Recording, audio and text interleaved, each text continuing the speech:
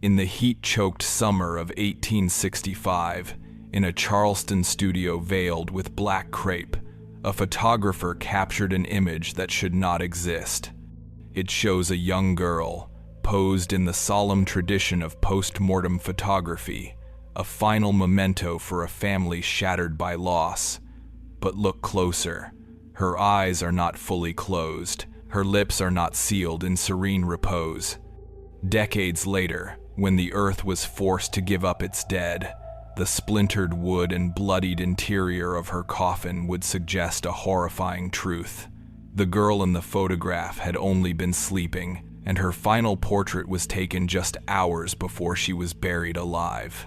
If you find yourself drawn to the shadows where such truths are kept, and this is your first time entering our archive, consider subscribing now and join the inquiry into history's most unsettling case files.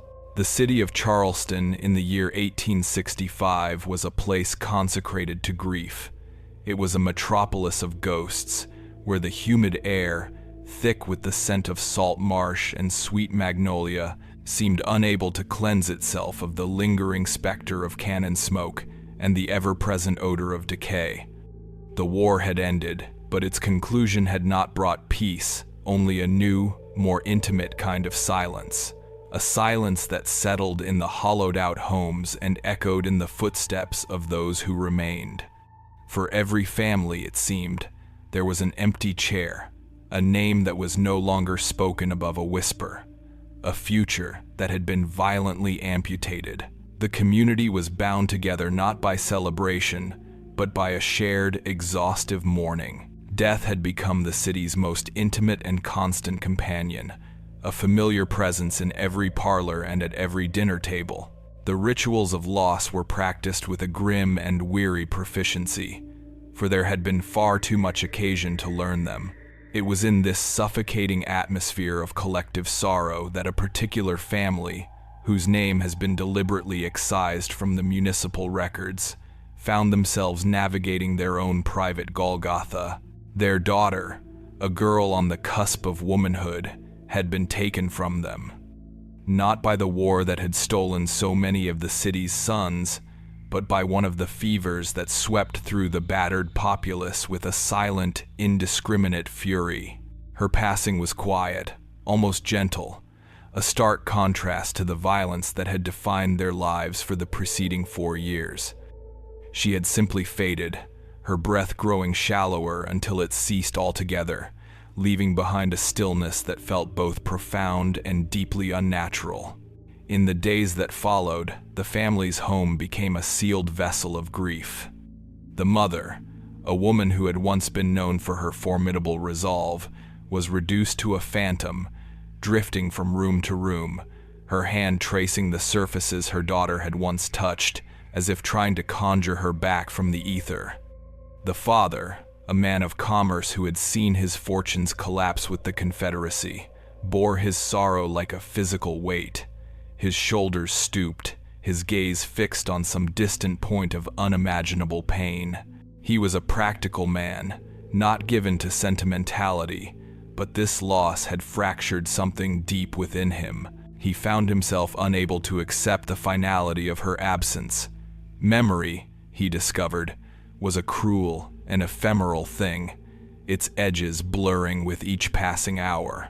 He needed something more, something tangible to anchor his recollection against the relentless tide of time. It was this desperate, human need that led him to a decision that was, in that era, both commonplace and deeply macabre. He would commission a post-mortem photograph.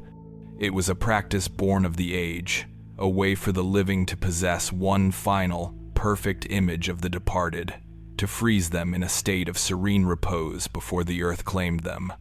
He sought not to capture death, but to defy it, to create a portrait where she appeared merely to be sleeping, a beautiful, dreaming effigy that could sit on the mantelpiece and offer a silent, eternal comfort. He explained this to his wife, the mother, in a low, halting voice. He told her that he wanted a picture of their daughter looking peaceful. The mother, lost in the labyrinth of her own sorrow, did not protest. She simply nodded, her eyes vacant, for she had no strength left to argue with any decision that promised even a sliver of solace. So, the arrangements were made. A message was dispatched to a photographer on Meeting Street, a man known for his discretion and his skill in the delicate art of memorial portraiture. The family would bring their daughter to him at twilight, when the city's prying eyes were drawn indoors, and the harsh southern sun had softened to a forgiving, hazy glow. The journey itself was a funereal procession through a wounded city. The father drove the small carriage himself, the daughter's body carefully wrapped in a fine linen sheet and laid in the back, her form so slight it barely made an impression. They moved through streets still bearing the scars of siege, past buildings whose facades were pockmarked by shrapnel, past citizens whose faces were etched with a congruent, weary resignation. The father kept his eyes forward, his jaw set, focusing on the rhythmic clopping of the horse's hooves on the cobblestones, a sound that seemed to be counting down the final moments he had with his child's physical form. The mother sat beside him, a black veil obscuring her face, her hands clutching a small embroidered handkerchief so tightly that her knuckles were bone white. She did not look at the city, for its ruin was only a mirror of her own. The photographer's studio was located on the second floor of a narrow, unassuming building, tucked away from the grander avenues. To reach it, one had to climb a steep, creaking staircase that smelled of dust and a faint, astringent odor of chemicals. The man who greeted them at the top was gaunt and somber, his hands stained with the silver nitrate that was the lifeblood of his trade. He had a practiced air of solemnity, a demeanor honed by years of dealing with the bereaved. He spoke in low, respectful tones, never looking directly at the grieving parents for too long, a small act of kindness that granted them the privacy of their own immense sorrow. There was a slight, almost imperceptible tremor in his hands, not from age, but from long exposure to the volatile compounds he worked with. It was a small, humanizing detail in a man whose profession required him to be a detached and steady observer of life's most painful moments. He led them into the studio, a single, large room dominated by a massive box-like camera that stood on a heavy wooden tripod like a silent, one-eyed sentinel. A large skylight in the ceiling, covered by a series of adjustable curtains, provided the only source of illumination. The air inside was heavy and still, thick with the chemical tang of collodion and developing agents, a smell that would forever be associated in the parents' minds with this final, terrible duty. The photographer understood his task with a grim precision. The goal was to create an illusion of life, a gentle fiction for the family to cling to. He had seen it all before, the desperate desire to soften the sharp, unyielding reality of death. He instructed the father on where to place the girl's body, indicating a specially designed posing chair that was partially concealed by a heavy, velvet curtain. These chairs were often fitted with hidden braces and supports, mechanisms designed to hold a body upright and create a semblance of natural posture. With a tenderness that was almost paternal, the father lifted his daughter from her wrappings and settled her into the chair. He and the photographer worked together in near silence, adjusting her limbs, tilting her head to what they hoped was a lifelike angle. The photographer arranged the folds of her dress, a simple white garment the mother had chosen, ensuring it cascaded gracefully to the floor. He gently combed her long, dark hair, letting it fall over her shoulders. The mother watched from a corner of the room, a silent, shrouded figure, her breathing shallow. At one point, she made a small, choked sound, and the father turned to her, his own face a mask of controlled agony. He almost went to her, almost abandoned the gruesome task to offer what comfort he could, but he stopped himself. He knew this had to be done. It was the last thing he could do for his daughter and for his wife. He had to see it through. With the girl arranged to his satisfaction, the photographer retreated to his camera. He disappeared beneath the black cloth hood, shutting out the world to focus on the inverted image projected onto the ground glass plate.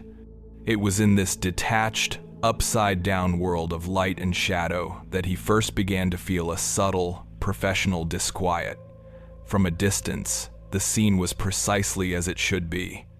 A young woman, seemingly at rest, her features composed. But as he adjusted the focus, bringing her face into sharp relief, he noticed the small, anomalous details. They were minor things, the sort of imperfections one might easily dismiss, yet they accumulated into a quiet, unsettling hum of wrongness. The primary issue was her eyes. In his experience, the eyelids of the deceased settled into a state of complete repose, a flat, peaceful closure. Her eyelids, however, were not fully shut. A tiny, almost imperceptible sliver of white was visible beneath the lashes, as if she were in the lightest of slumbers, on the very edge of waking. It created an unnerving sense of anticipation, a feeling that at any moment, those eyes might flutter open. He shifted his focus to her mouth. Post-mortem photography often required subtle tricks to close a jaw that had slackened in death, but her lips required no such intervention. They were slightly parted, not agape, but resting in a way that suggested the imminent intake or release of a breath. It was the mouth of someone in a deep, natural sleep, not the sealed, final expression of the dead. There was a softness to her skin as well, a certain translucence that lacked the waxy, uniform pallor he was accustomed to seeing. The faint, diffused light from the skylight seemed to catch on the delicate, downy hairs on her cheeks, giving her a warmth, an illusion of life that was almost too convincing. He could see the faint blue tracery of veins at her temples, a detail that should have been obscured by the onset of livor mortis, the process by which blood settles in the lower parts of the body after death. But her coloration was even, almost rosy in the dim light. Each of these details, taken alone, could be explained away. A trick of the light, an unusual manifestation of the body's final processes. The early stage of rigor mortis, creating an unexpected tension in the facial muscles. The photographer was a man of science and optics, not of superstition. He made his living by capturing reality, not by indulging in fanciful notions. And so, he rationalized. He told himself that the fever that had claimed her might have left the body in an unusual state. He told himself that the family's grief was making him project his own anxieties onto the subject. He adjusted the curtains over the skylight, altering the play of shadows on her face, but the unsettling impression remained. The girl in his lens did not look dead. She looked like she was waiting. He emerged from behind the camera, his face betraying none of his internal conflict. He informed the father that he was ready to make the exposure. The process was painstaking. He coated a glass plate with the viscous, light-sensitive collodion mixture, sensitized it in a silver nitrate bath, and loaded it into the camera, all in the dim, amber light of his darkroom. The exposure itself would take several seconds, an eternity in which the subject had to remain perfectly still. This, at least, was one advantage of his specialized clientele. He returned to the main room, inserted the plate holder into the camera, and addressed the parents. He asked them to look at their daughter, to hold in their minds the memory they wished to preserve. The father stood rigidly, his hands clasped behind his back, his gaze fixed upon his child's face. The mother took a half-step forward, her veiled face turned toward the scene, a statue of maternal anguish. The photographer removed the lens cap, counting the seconds in his head. The light streamed in, carrying the girl's image, and burned it into the chemical emulsion. In that moment, the camera performed its function without sentiment or judgment. It captured the light, the shadows, the barely closed eyes, the parted lips. It recorded the truth of the scene before it, whatever that truth may have been. After the exposure was complete, the photographer developed the plate. As the image slowly materialized in the chemical bath, a ghostly apparition taking form, he saw that the camera had indeed captured the disquieting details with perfect fidelity. The final ambrotype, a positive image on glass, was hauntingly beautiful and deeply strange. He presented it to the family with the requisite solemnity. The father stared at it for a long time, his expression unreadable. He saw his daughter, his beautiful child, and perhaps in his grief, he willed himself to see the peace he so desperately craved. He nodded slowly, telling the photographer that it was what he wanted. The mother glanced at it only for a moment before turning away, a fresh wave of grief washing over her. She could not bear to look at the likeness, for it was both her daughter and not her daughter, a perfect, silent imitation that only amplified the terrible reality of her absence.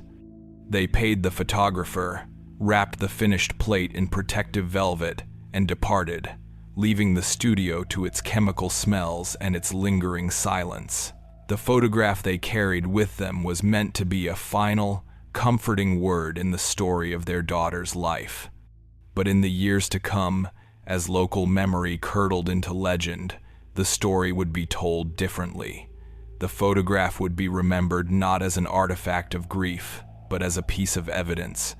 It became, in the whispered retellings that passed from one generation to the next, the key exhibit in a case of a dreadful, unthinkable error. The image, intended to commemorate a death, was recast as the final, silent witness to a life that had not yet ended. The central terrifying question was no longer how she had died, but whether she had died at all when her picture was taken. This question would hang in the air, a chilling, unresolved dissonance, as the family proceeded with the final, irreversible act of laying their daughter to rest. The photograph, now a sealed and sacred object within the family's home, offered a strange and bifurcated comfort. It was a testament to what had been lost, yet it held a disquieting vitality that seemed to defy the very purpose of its creation. For the father, the image was becoming a source of private torment. He would find himself staring at it in the low light of the evening, the daughter in the frame looking back at him from a place that was neither life nor death, her expression a silent, unanswerable question. But the conventions of the time, particularly in a city like Charleston, allowed no room for such lingering, metaphysical doubts.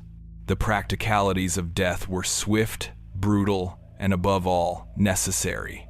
In the humid subtropical climate of the South, the dead could not be kept for long.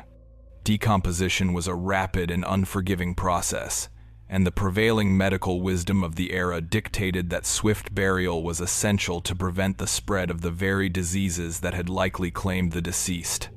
This urgency was not merely a matter of custom, it was a deeply ingrained public health imperative, a desperate measure enacted to protect the living from the still potent threat of the dead. Charleston, in the summer of 1865, was a city that understood this imperative all too well. Its graveyards were a testament to a long and intimate history with mortality. They were not serene, manicured parks for quiet contemplation. They were crowded, chaotic archives of loss, their grounds saturated with the accumulated grief of generations. The war had added a fresh, brutal layer to this history. Soldiers, brought back from the battlefields, were often interred in mass graves or hastily dug plots, their final resting places marked by simple wooden crosses that were already beginning to rot and lean in the oppressive humidity. And then there was the yellow fever, the city's recurring spectral tormentor. Outbreaks had swept through the population for decades, leaving behind swaths of death so wide that the city's burial grounds had been forced to expand again and again, pushing against the boundaries of the living. The sextons and gravediggers were overwhelmed, men engaged in a constant, grim battle against the encroaching tide of mortality. They worked from sunrise to sunset, their shovels turning over soil that was already heavy with the remains of previous occupants. The earth itself seemed exhausted, reluctant to accept any more of the city's dead. New graves were often dug perilously close to old ones, and the neat, orderly rows that might have once existed had long since dissolved into a disordered landscape of tilting headstones and sunken plots. The air in these places was thick and cloying, a mixture of damp earth, decaying floral tributes, and the faint, sweetish odor of corruption that the summer heat seemed to draw up from the very soil. Into this environment of institutionalized and exhausted death, the pronouncement of a physician was the final, authoritative word. The doctor who had attended to the girl was a man emblematic of his profession in that era. He was not a figure of pristine scientific certainty, but a practitioner navigating a landscape of profound medical ambiguity. He was a man who had seen more death in the past 4 years than most would see in a lifetime. He had treated ghastly battlefield wounds with rudimentary tools and had fought fevers with little more than quinine and cold compresses. Death, for him, had become a familiar, almost mundane, clinical outcome. He was overworked, bone-weary, and emotionally cauterized by the sheer scale of the suffering he had witnessed. His examination of the girl would have been, by modern standards, shockingly cursory. There were no machines to measure brain activity, no sophisticated instruments to detect a faint, lingering heartbeat. The tools of his trade were his own senses, sharpened by experience but also dulled by fatigue. He would have performed the standard checks of the day. He would have held a cold mirror to her lips, searching for the faintest mist of condensation that would indicate breath. He would have pressed his fingers to her wrist and neck, seeking the telltale thrum of a pulse, a search that could be easily confounded by a weak or thready cardiovascular state.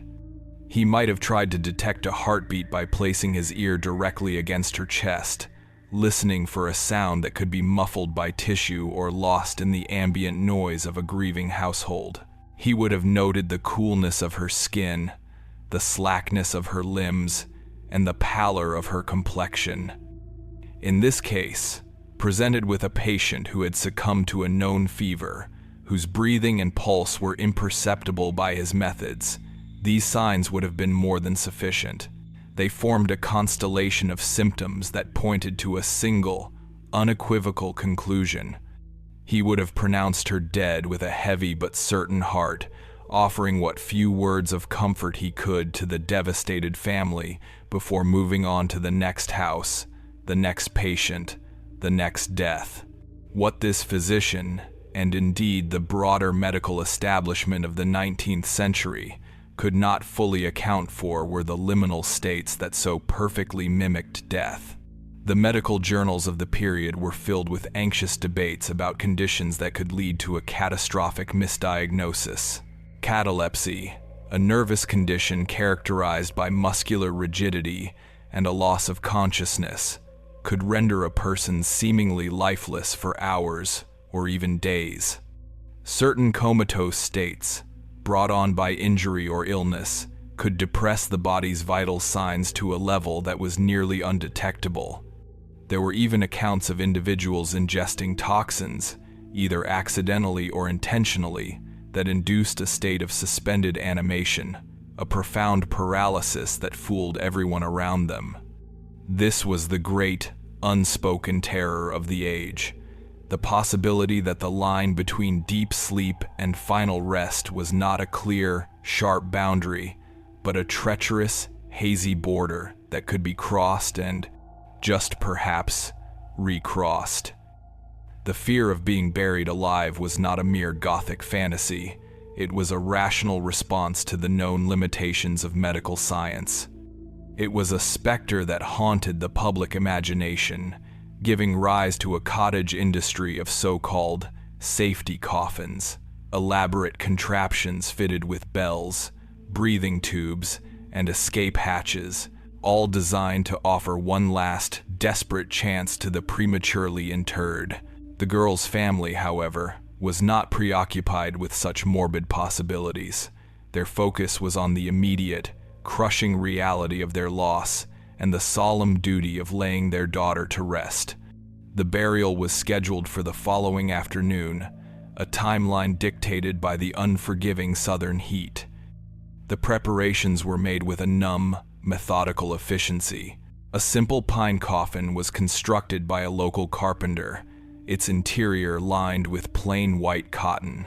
The mother, aided by a female neighbor, bathed her daughter's body one last time and dressed her in the same white dress she had worn for the photograph. As she performed these final intimate rites, she allowed herself to notice the things the photographer had seen, the strange, persistent softness of her daughter's skin, the way her hair still seemed to hold a living sheen. But she processed these observations through the distorting lens of grief. She saw them not as signs of life, but as cruel reminders of what had been so recently lost. She interpreted the suppleness of her daughter's limbs not as a lack of rigor mortis, but as a final, gentle grace, a sign that she had passed peacefully. Denial is a powerful anesthetic for a mind in torment, and the mother's mind was protecting itself from a truth too monstrous to contemplate. The funeral was a brief, somber affair, attended by a small handful of relatives and neighbors. The service was held in the family's parlor, the sealed coffin resting on 2 chairs in the center of the room.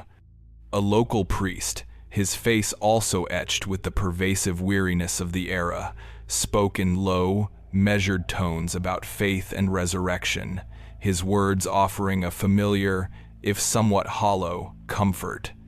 The father stood stoically throughout the service, his hand resting on the lid of the coffin, a final, silent point of contact. He felt a profound and unsettling coldness radiating from the wood, a coldness that seemed to be drawing all the warmth from his own body. He thought again of the photograph, of his daughter's not quite closed eyes. A flicker of an impossible, terrifying thought entered his mind, a question so blasphemous he immediately recoiled from it. Was it possible? He looked at the faces around him, at the priest, at his weeping wife, at the coffin itself, a solid, undeniable fact. He dismissed the thought as a madness born of grief, a desperate, irrational fantasy. He had to trust the doctor. He had to trust the evidence of his own senses, which had told him his daughter was gone. To believe otherwise was to step into a chasm of horror from which there could be no return. The procession to the cemetery was short. The father and a few other male relatives carried the coffin themselves, its modest weight a final, crushing burden. They moved through the oppressive afternoon heat, the air so thick it felt like they were wading through water. At the gravesite, the gravediggers, 2 grim-faced men with calloused hands and sun-beaten skin, stood waiting respectfully by a mound of freshly turned, dark red earth. The final prayers were said. The mother let out a single sharp cry as the coffin was lowered into the ground, a sound of such pure, primal anguish that it seemed to silence the very cicadas in the nearby trees. The father stood frozen, watching as the first shovelfuls of dirt were thrown onto the coffin's lid. The sound was dull and percussive, a hollow thud that echoed in his bones. Each impact felt like a physical blow, the final, irreversible punctuation at the end of his daughter's story. The gravediggers worked quickly, efficiently, filling the grave until the coffin was completely submerged, hidden from the light, sealed beneath the suffocating weight of the earth. The family remained until the mound was complete, a raw, open wound in the crowded landscape of the cemetery. They placed a few wilted flowers on the fresh soil, and then, with nothing left to do or say, they turned and walked away, leaving their daughter to the silence and the darkness. But the silence in that grave was not, as everyone believed, the peaceful silence of the eternal rest. It was merely a temporary quiet, the brief, held breath stillness before a desperate and horrifying struggle was to begin. The earth had accepted the girl's body, but it was a custodianship that would not, and could not, go unchallenged. The ground had sealed a secret, but Charleston's soil, so accustomed to giving up its dead, would not hold this one forever. For several years, the girl's grave remained an undisturbed plot in the sprawling, humid necropolis of Charleston. It was marked by a simple, modest headstone, its inscription already beginning to soften and blur under the relentless assault of sun and rain. The seasons turned, each bringing its own particular form of oppressive heat and suffocating humidity. The grass grew thick and tangled over the mound of earth, and the flowers left by the family were long since withered, their desiccated petals absorbed back into the rich, dark soil. The family themselves, unable to bear the constant, oppressive reminders of their loss that the city held, had eventually moved away. They had sold their home and departed for the West, seeking a new life in a landscape not so saturated with the ghosts of their past. The father, it was said, had lost his will for commerce, becoming a quiet, withdrawn man who rarely spoke of his time in Charleston. The mother, consumed by a sorrow that never seemed to lessen, had faded even further, becoming a recluse. They took the photograph with them, that haunting, ambiguous relic, and with their departure, the girl's story seemed to have reached its final, quiet conclusion. She became just one more name carved in stone, another casualty of a fever in a city built on a foundation of such losses. Her memory was entrusted to the earth, sealed beneath 6 feet of Carolina clay, destined, it seemed, for a peaceful and eternal anonymity. But the earth is not a perfect vault. It is a living, shifting entity, subject to the whims of nature and the ambitions of men. History does not always stay buried, and some secrets are simply too terrible to remain interred forever. The catalyst for the grave's violation was not malice or morbid curiosity, but something far more mundane: civic progress. Several years after the girl's burial, the city of Charleston, slowly recovering from the economic devastation of the war, embarked on a series of ambitious urban renewal projects. One such project involved the expansion of a thoroughfare that ran adjacent to the cemetery where the girl was buried. The plans required the exhumation and relocation of a number of graves that lay in the path of the proposed roadway. It was a common enough practice in the 19th century, a necessary, if unsettling, consequence of a city's growth. The process was meant to be handled with dignity and respect, a carefully managed transition for the dead from one consecrated ground to another. A team of municipal workers, men accustomed to the grim and often unpredictable nature of their work, was dispatched to the cemetery to begin the delicate and macabre task. They worked methodically under the punishing summer sun, their shovels sinking into the soft, yielding soil. The foreman, a grizzled, pragmatic man with a deep tan and weary eyes, consulted a tattered cemetery plat, calling out the names of the dead as his crew located each plot. The work was slow and arduous, punctuated by the rhythmic scraping of metal against earth and the grunts of men straining against their labor. When they reached the girl's grave, there was no indication that it would be any different from the others they had already unearthed. The headstone was simple, its inscription barely legible. The foreman noted the name and date in his ledger, and the workers began to dig. As they dug deeper, however, the first sign of something unusual emerged. One of the workers, a younger man, new to this line of work, let out a sharp, surprised exclamation.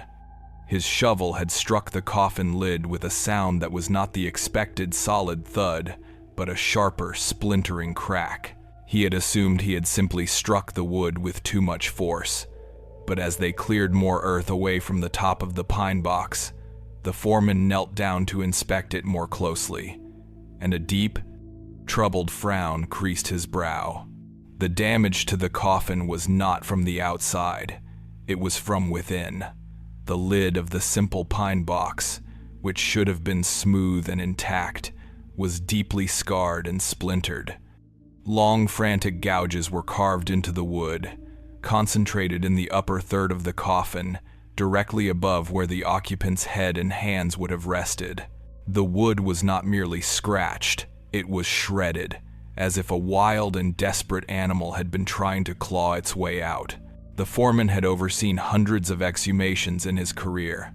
He had seen coffins that were rotted through, coffins that had been crushed by the shifting weight of the earth, coffins that had filled with water. He had never seen anything like this. A heavy, unnerving silence fell over the work crew. The men stood back from the grave, their shovels held loosely in their hands, their faces a mixture of confusion and a creeping primal dread.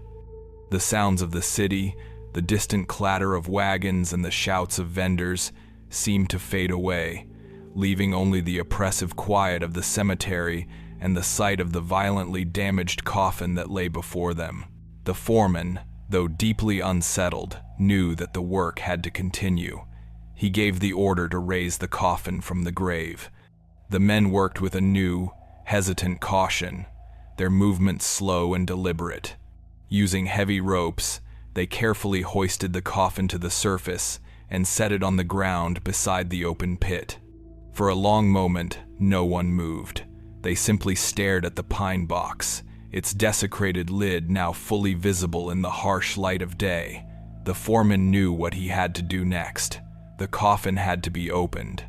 It was a standard part of the relocation process, a necessary step to confirm the identity of the remains and to prepare them for reinterment in a new, more durable casket. But what was usually a routine, if unpleasant, part of the job now felt like a profound and terrible transgression. He felt a deep, instinctual reluctance to see what lay inside, a sense that he was about to uncover something that was never meant to be seen by human eyes. Taking a deep breath to steady his nerves, he took a crowbar from one of his men and approached the coffin. The nails, rusted by years of moisture in the soil, screeched in protest as he began to pry the lid open. The sound was high-pitched and grating, like a scream, and it set the teeth of every man present on edge. With a final sickening groan of tortured wood, the lid came free. The foreman and his crew recoiled as one, a collective, involuntary gasp of horror rising from their throats. The sight that confronted them was a vision of absolute, unmitigated terror, a scene so profoundly disturbing that it would be seared into their memories for the rest of their lives. Inside the coffin lay the skeletal remains of a young woman, clad in the tattered, soil-stained remnants of a white dress. But it was not the skeleton itself that was the source of their horror. It was the position of the body and the evidence of a desperate, final struggle. The skeleton was contorted, its spine twisted at an unnatural angle, as if the girl had been writhing in a confined space. The arms were raised above the head, the bony fingers of both hands hooked into claw-like positions, aimed directly at the coffin lid above. The cotton lining of the coffin's interior, which should have been a soft, peaceful resting place, was shredded to ribbons. It hung in ragged, dirty strips from the sides of the box, torn away by what could only have been frantic, scrabbling hands. But the most horrifying detail, the one that broke through the men's professional detachment and plunged them into a shared, visceral nightmare, was the state of the girl's fingernails. They were gone. The phalanges, the very tips of her finger bones, were splintered and raw, stained a dark, rusty brown. It was unmistakably the color of dried blood. It took a moment for the full, monstrous implication of the scene to settle in their minds. The shredded lining, the gouged and splintered lid, the bloodied, torn state of her fingertips. The girl had woken up. She had woken up to find herself in a waking nightmare, trapped in the absolute darkness, the suffocating, crushing confines of her own coffin. She had screamed, but there was no one to hear her. She had pushed, but there was no escape. And so, she had clawed. In a frenzy of terror and a desperate primal will to live, she had torn at the lining of her coffin, and then at the unyielding wood of the lid itself, scratching and tearing until her fingernails were ripped from their beds, until her fingers were raw and bleeding, until her strength finally gave out and she succumbed to the slow, agonizing death of asphyxiation. The foreman felt a wave of nausea wash over him. He stumbled back from the coffin, his face pale, his breath coming in ragged gasps. The other workers were similarly affected. One man turned away and vomited into the nearby bushes. Another made the sign of the cross, his lips moving in a silent, frantic prayer.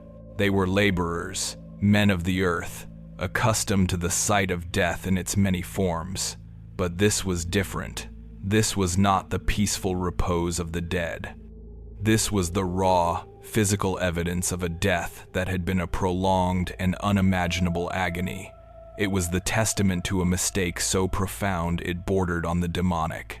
The question that hung in the suffocating air, unspoken but screamed by every piece of evidence before them, was how long? How long had she been conscious in that box? Hours? A day? How long had she fought against her wooden prison, her hope slowly extinguishing with her dwindling supply of air? The silence that followed was heavy with the weight of these unanswerable questions. The workers stood in a stunned, horrified tableau, the open coffin at their feet, a gaping wound in the fabric of the natural order. They had unearthed more than just a body. They had unearthed a story of terror, a secret that the grave had held for years. The splintered wood, the shredded lining, and the bloodied bones were the final, horrifying postscript to the life of the girl in the photograph. A girl who had been buried once, but who had died a second, far more terrible death, alone in the suffocating darkness beneath the earth. The discovery in the Charleston cemetery was not merely the unearthing of a single, gruesome anomaly. It was the confirmation of a primal, latent terror that haunted the 19th century mind. The foreman and his crew, standing stupefied before that violated coffin, were not just witnesses to a forgotten tragedy. They were unwitting archaeologists of a collective cultural nightmare. The girl's desperate, silent struggle in the dark was a perfect, horrifying embodiment of a fear so pervasive, so deeply rooted in the psyche of the era that it had its own name: taphophobia, the fear of the grave, of being buried alive.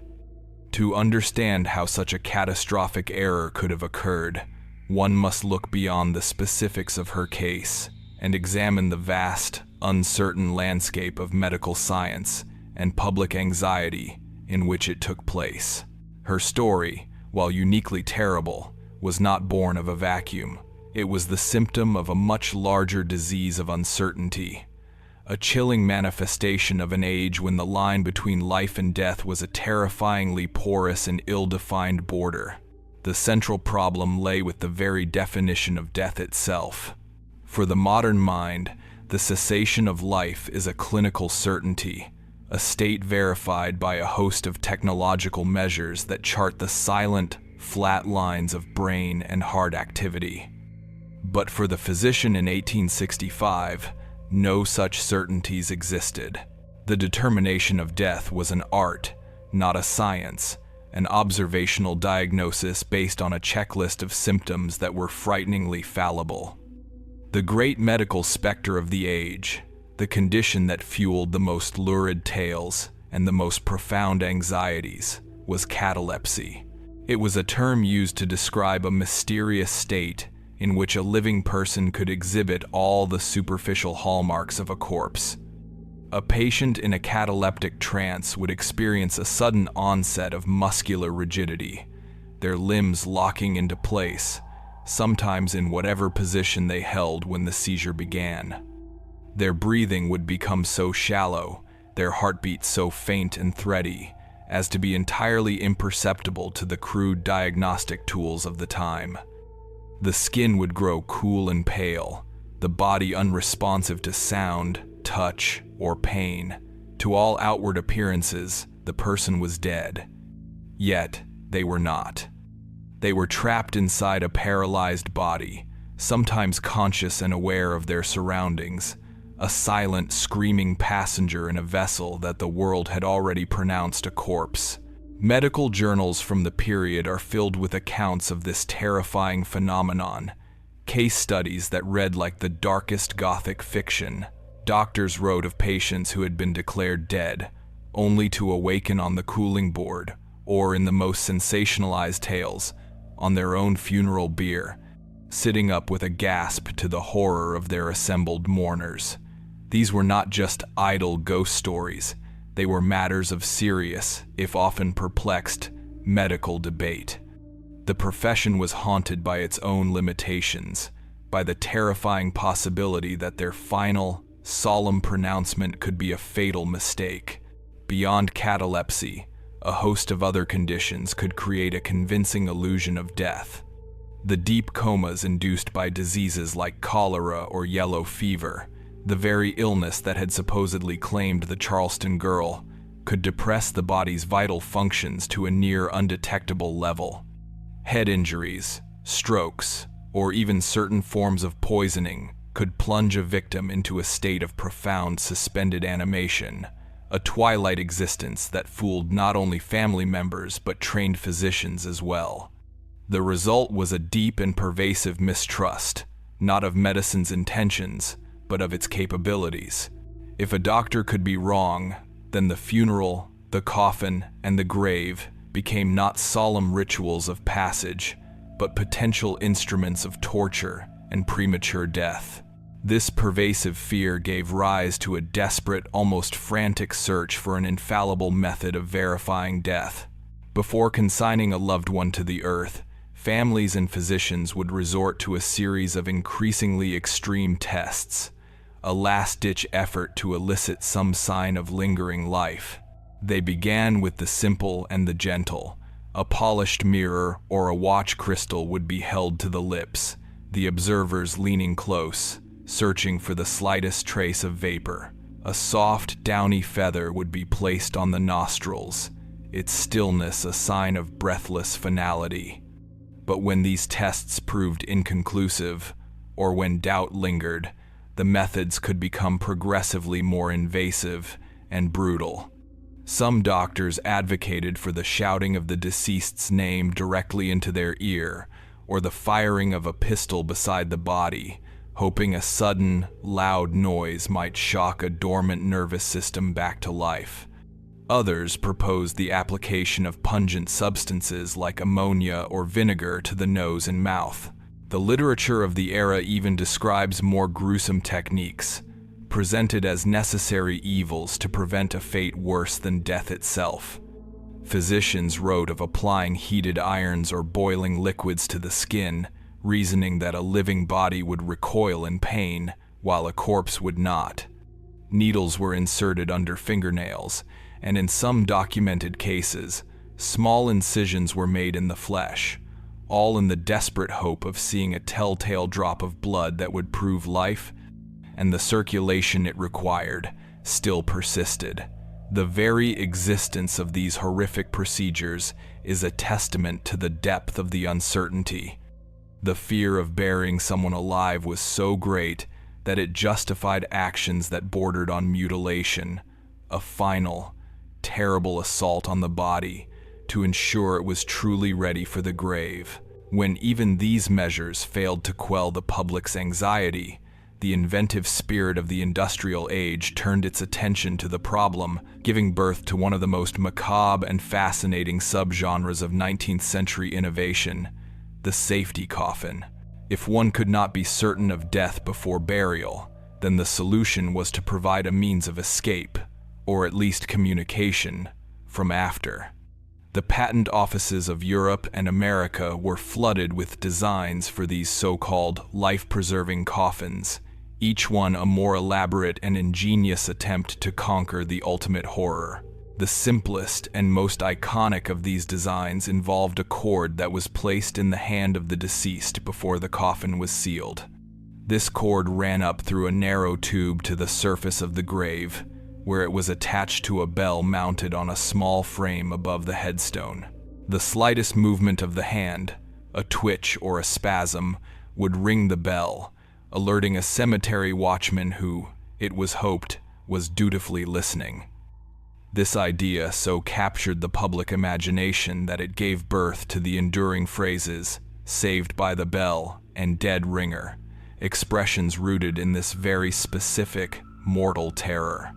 One can imagine the unsettling soundscape of a cemetery at night, filled with hundreds of these small bells, a landscape where the slightest breeze or the settling of the earth could produce a faint, ghostly chime, sending a watchman running in a panic. But the designs quickly grew more complex. Inventors, driven by a mixture of genuine concern and commercial opportunism, created coffins that were marvels of morbid engineering. One popular design, patented in the 1860s, featured not just a bell, but a complex system of levers and pulleys connected to a spring-loaded lid. Any significant movement from the occupant would release the catch, causing the coffin lid to fly open. Illustrations from the patent application depict a cross-section of the earth, showing a man, wide-eyed and mustached, sitting up in his coffin, which is now open to the fresh air. He is surrounded by the intricate machinery of his salvation, a testament to human ingenuity in the face of absolute dread. Another design incorporated a breathing tube, a kind of primitive snorkel that would allow the prematurely buried to survive long enough to be rescued. Some versions even included a ladder, packed inside the coffin, which could be extended up the breathing tube to the surface. Still others were equipped with pyrotechnic devices, a system of wires that, when pulled, would ignite a flare or a firework above the grave, a brilliant, desperate signal to the world of the living. These inventions were not merely theoretical. They were built, marketed, and in some cases, used. Newspapers ran advertisements for them, complete with detailed engravings and testimonials, promising peace of mind to the taphophobic. Wealthy individuals would stipulate in their wills that they were to be buried in one of these safety caskets, their final act a desperate insurance policy against the ultimate medical error. And yet, for all their ingenuity, there is no definitive, authenticated record of any of these devices ever actually saving a life. This haunting silence in the historical record leads to a chilling conclusion. It suggests that for the vast majority of victims, for people like the girl in Charleston, consciousness returned not with a gentle stirring that might allow them to pull a cord or press a lever, but with a sudden, violent, and panicked awakening into absolute, suffocating darkness. By the time they were aware of their horrific predicament, they were already entombed, their air supply dwindling, their strength no match for the 6 feet of packed earth above them. The safety coffins, in the end, may have offered more comfort to the living who bought them than to the dead who occupied them. They were monuments to a hope that, in the terrifying reality of a premature burial, likely never had a chance to be acted upon. The tragedy of the Charleston girl, then, was not an isolated failure of a single doctor or a single family. It was the failure of an entire era's understanding of the human body. She was a casualty of the limits of science, a victim of a time when the dead and the nearly dead looked so horrifyingly alike. The splintered wood of her coffin and the bloody remnants of her fingernails were a brutal testament to this uncertainty. While inventors were busy drawing up plans for bells and escape hatches, She was living out the very nightmare those inventions were meant to prevent. Her story forces us to ask a deeply unsettling question. How many others were there? How many of the dead, resting in the crowded cemeteries of the 19th century, were not, in fact, dead when the first shovelful of earth struck their coffin lid? How many struggles went undiscovered, their evidence rotting away with the bodies of the victims? The Charleston girl's grave was disturbed by chance, a random act of civic planning that brought her secret to light. But for countless others, the earth may have kept its secrets forever.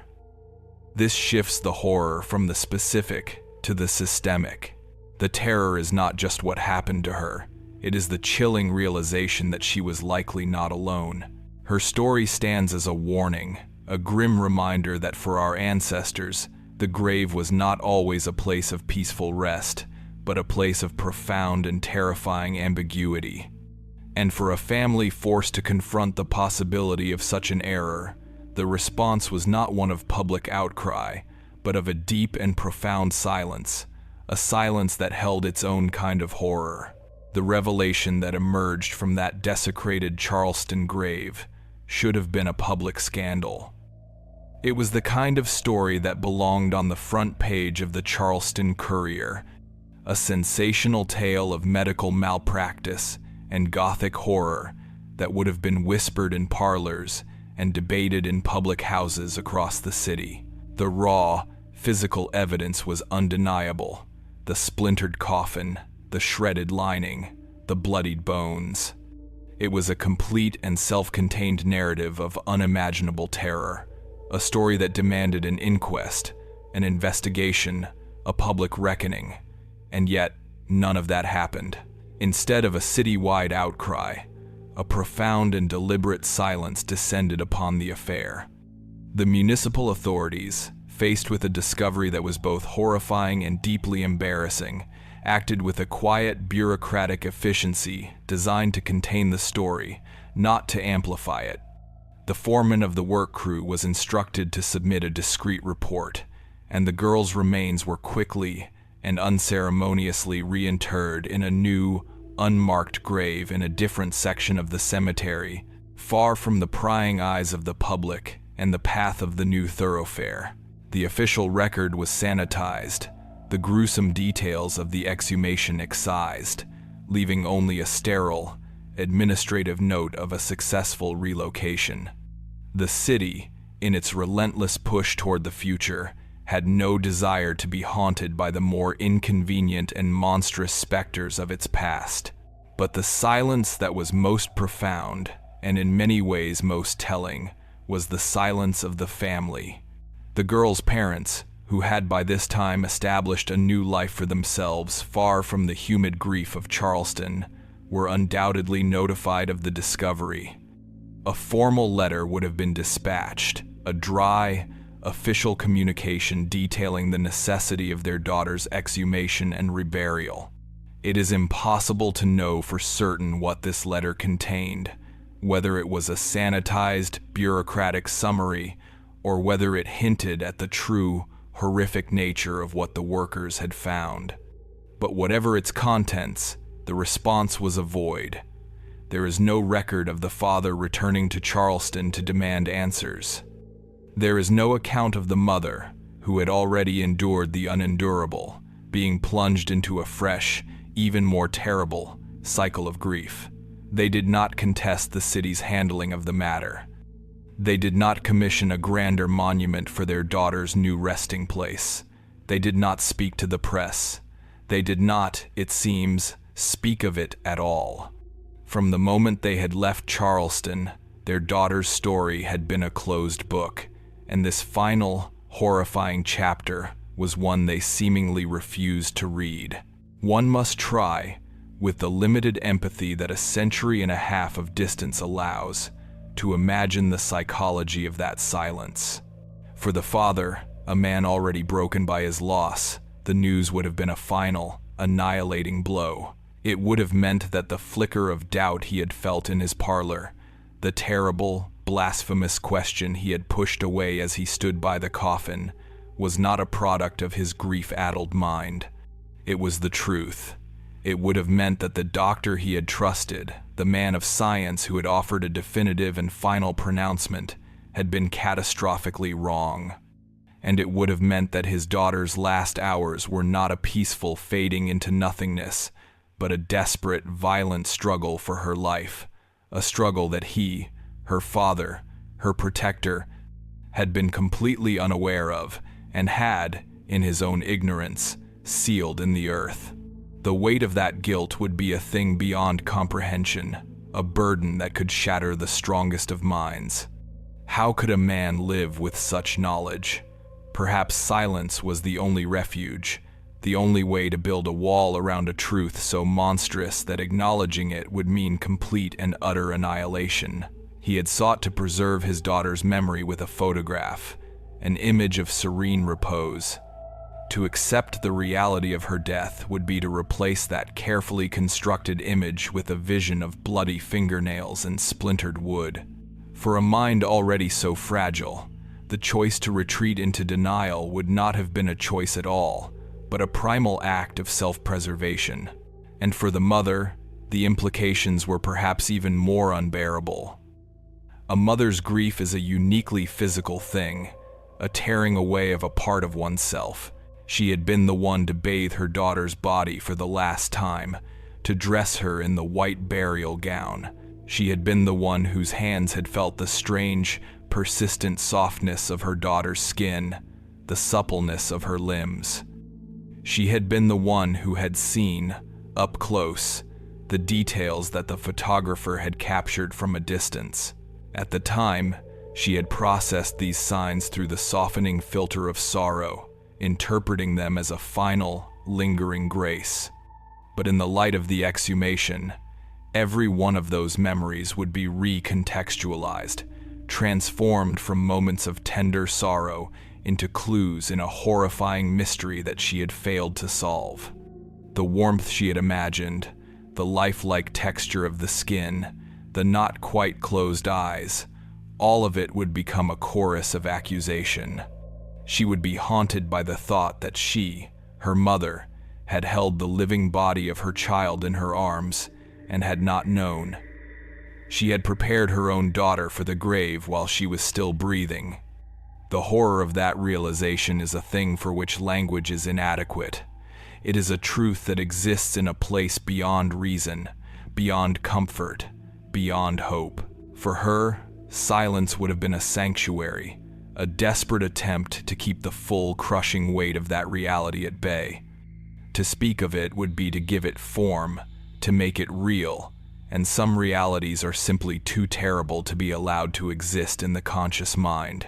So the family remained silent. But in Charleston, secrets, like the humidity, have a way of seeping into everything. The story of what the workers found in that grave did not simply disappear. It could not. The men who had witnessed that scene of horror could not unsee it. They carried the image of that violated coffin with them, a heavy, indigestible piece of knowledge. And so they whispered. The foreman whispered it to his wife in the dead of night. The young worker who had first struck the coffin told the story to his friends over a glass of whiskey in a smoky tavern. The tale began to circulate, not in the newspapers or the official records, but in the furtive, unofficial channels of gossip and rumor. It became one of Charleston's many ghost stories, a piece of local lore that was all the more chilling because it was rooted in a tangible, verifiable event. The story became detached from the specific family, their name forgotten or deliberately omitted, which allowed the tale to take on a more archetypal, mythic quality. She was no longer a specific person. She became the girl who was buried alive. As the rumor spread, it inevitably began to mutate and accrete new, more sinister details. Some versions of the story began to suggest that the family's silence was not born of grief and denial, but of something far darker. A new, conspiratorial narrative began to take shape. In this telling, the family knew. They knew she was not truly dead. Perhaps there was some shame attached to her condition, a fear that her cataleptic state would be mistaken for a form of madness, a stain on the family's reputation. Or perhaps, in a city so economically ruined, the expense of her continued care was a burden they were unwilling to bear. In this twisted version of the events, the premature burial was not a mistake, it was a deliberate act. The father's commissioning of the post-mortem photograph was recast as a grotesque piece of theater, a way to create the public appearance of a normal, grieving family while hiding a terrible secret. Their swift departure from Charleston was no longer seen as an escape from painful memories, but as the flight of guilty parties, eager to put distance between themselves and their crime. This narrative, though almost certainly a fabrication born of the community's need to make sense of an incomprehensible horror, served a specific psychological purpose. It was easier, in some ways, to believe in human cruelty than in the terrifying, random fallibility of life and death. A story of murder, however monstrous, is a story about human agency. A story about a mistake is a story about powerlessness in the face of a universe that is indifferent to human suffering. The conspiracy provided a villain, a locus for the community's fear and outrage, which was a more comforting psychological position than confronting the terrifying alternative that what happened to the girl could, in an age of such medical uncertainty, happen to anyone. And so, two stories began to exist in parallel. The official story, buried in the municipal archives, was one of a simple, procedural relocation. The family's story was one of silence, a narrative defined by its absences and its unanswered questions. And the city's story, the one that survived in the oral tradition, was a ghost story, a cautionary tale that grew more elaborate and horrifying with each retelling. At the center of it all, connecting these disparate threads, was the one piece of physical evidence that had survived the family's departure and the city's official silence: the photograph. Copies of the original ambrotype had been made, as was the custom, and one of these copies had remained in Charleston, quietly circulating among collectors of macabre memorabilia and local historians. The image, once a private memento of grief, was transformed into a public artifact of horror. It was now viewed through the lens of the unearthed coffin. The girl's not quite closed eyes no longer seemed serene. They seemed to be struggling to open. Her slightly parted lips no longer looked peaceful. They looked as if they were about to draw a breath or emit a silent scream. The photograph, once intended to be a final word, had become the chilling prologue to a story of terror, its quiet, ambiguous beauty now charged with a terrible and dramatic irony. The family's silence had created a vacuum, and into that vacuum, the city of Charleston had projected its own deepest fears, creating a legend that would long outlive all those who had been involved. The abandoned family home, with its shuttered windows and settling dust, became a landmark of sorts, a place that children would dare each other to approach, a physical monument to a family that had simply vanished, leaving behind only a ghost story and a photograph that seemed to hold a silent, damning secret. The story of the Charleston girl and her terrible fate did not end with the gossip of her contemporaries or the silent departure of her family.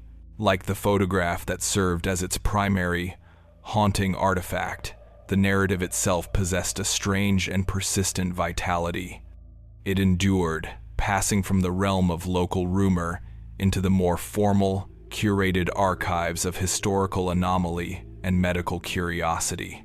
The 19th century gave way to the 20th, and the anxieties that had given the story its terrifying immediacy began to fade. The science of diagnosing death advanced, rendering the prospect of a premature burial a remote and antiquated horror, a relic of a less enlightened time. The safety coffin, once a serious commercial enterprise, became a historical curiosity, a symbol of a bygone era's morbid obsessions. And yet, the girl's story did not disappear. Instead, it underwent a final transformation, shedding its specificity to become something more elemental, a powerful and enduring archetype. Her photograph, the image of the girl with the not quite closed eyes, began to resurface in new and unexpected contexts. It appeared in academic journals dedicated to the history of medicine, presented as a stark, visual illustration of the diagnostic uncertainties that had plagued earlier generations of physicians. It was reproduced in popular books on Victorian mourning practices, her serene and unsettling likeness placed alongside images of elaborate funeral wreaths and jewelry woven from the hair of the deceased. In these contexts, she was no longer an individual who had suffered an unimaginable personal tragedy. She was an exhibit. Her name, long since detached from the story, was irrelevant. She became simply case study of a suspected premature burial, circa 1865. Her horrifying death was reduced to a historical data point, a chilling but ultimately academic example of a systemic problem. Historians and medical scholars used her case to illustrate the very real fears that had driven the development of the safety coffin and the desperate, often brutal methods used to confirm death. Her splintered coffin and bloodied fingernails were no longer the evidence of a singular, personal agony, but rather the proof of a widespread cultural pathology. The rise of the internet in the late 20th and early 21st centuries gave the story and the photograph their widest audience yet. The image was perfectly suited to the burgeoning online world of dark history forums and websites dedicated to the macabre and the unexplained.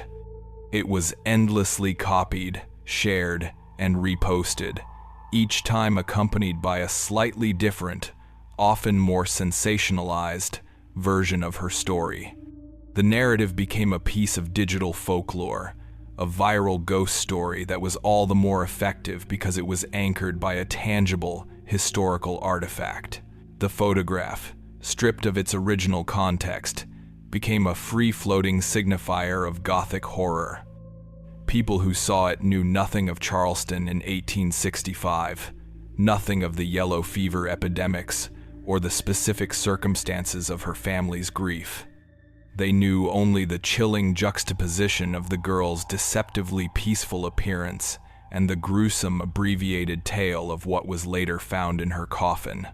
She had become a meme, in the original sense of the word, a unit of cultural transmission, a story that replicated itself across the digital landscape, its power undiminished by the passage of time. In this new life as a digital specter, the girl came to symbolize something profound about the nature of memory and history. She became a potent warning, a reminder that the historical record is often a carefully curated and incomplete document, full of silences and deliberate omissions. Her story is a testament to the fact that the most terrifying truths are often not the ones that are recorded in official archives, but the ones that are buried, both literally and figuratively, and only brought to light by chance or by the persistent, unquiet whispers of rumor. She represents the vast, silent majority of historical victims whose stories are lost, whose suffering went unrecorded, and whose final moments are known only to the darkness that consumed them. Her case was an accident of preservation, the chance decision to expand a road, the chance discovery by a work crew, the chance survival of a single photographic plate. Without these random intersections of fate, her struggle would have remained a secret held forever by the earth. It forces us to wonder how many other such secrets the earth still holds. This final, enduring legacy raises a deeply unsettling question, one that looks back at the very beginning of her story. What does it mean to be remembered, not for the life you lived, but for the horrifying and anomalous nature of your death? We know nothing of the girl herself, We do not know her name. We do not know if she was kind or clever, if she loved music or poetry, if she dreamed of a future that the fever stole from her. All of these humanizing details have been erased by time and by the sheer, overwhelming power of her final, terrible hours. Her identity has been completely subsumed by her fate. She is not the girl who lived. She is the girl who was buried alive. Her only legacy is her victimhood, a cautionary tale told and retold to illustrate a historical fear. Her brief existence has been flattened into a single, horrifying narrative arc, her humanity sacrificed for the sake of a good ghost story. And so we are left, at the end, where we began, with the photograph. It is the alpha and the omega of her story, the artifact that initiated the mystery and the one that perpetuates it. Look at it again, now, with the full weight of the knowledge of what came after. The image is no longer ambiguous. It is saturated with a terrible, tragic certainty. The dim studio where it was taken, with the faint chemical smell and the heavy velvet curtains, becomes the antechamber to a tomb. The photographer, with his stained hands and his professional disquiet, becomes the unwitting accomplice to a monstrous mistake. The grieving parents, commissioning a final memento, become the tragic, unknowing agents of their own daughter's horrifying demise. And the girl, posed in the posing chair, is no longer a serene subject of post-mortem art. She is a person on the brink, balanced on the razor's edge between a deep, death-like slumber and the unimaginable horror of waking up in her own grave. The photograph does not capture death. It captures the moment just before a second, far more terrible death began. It is the last image of a life that had not, in fact, ended.